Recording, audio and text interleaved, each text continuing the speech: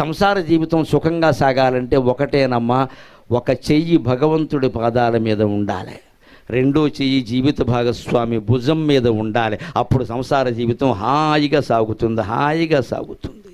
ఈ చెయ్యి వాళ్ళ భుజం మీద ఎందుకంటే వాళ్ళు సంతోషించడానికి, ఈ చెయ్యి కుడి చెయ్యి భగవంతుడి పాదాల మీద ఎందుకంటే వీరు వారు అందరూ నీ దయ వల్లే బతుకుతున్నాం కదయ్యా అని భగవంతుడి పాదాల మీద ఒక చెయ్యి, భార్య లేదా భర్త భుజాల మీద ఒక చెయ్యి వేస్తే ఒక్క సంసారం కాదమ్మా, శ్రీకృష్ణుడు చేసినట్టు 16,000 సంసారాలు చేయొచ్చు. పెద్ద విషయం కాదు ఇక్కడ. అది మనం ఒక్కటే ఎందుకు చేయలేకపోతున్నామంటే ఈ చెయ్యి ఎంతసేపు వేసి వెళ్ళను గోకడం మొదలెట్టంగానే దేవుడు పాదాల మీద చెయ్యడం మానేసి అక్కడ వారిని సంతోషపెడతావు, ఎంతకాలం సంతోషపెడతావు? అక్కడ కొన్నంటే కొన్నావు, చేయనంటే చేయనంతే. చెప్పు, ఉంటే ఉంటారు, పోతే పోతారు.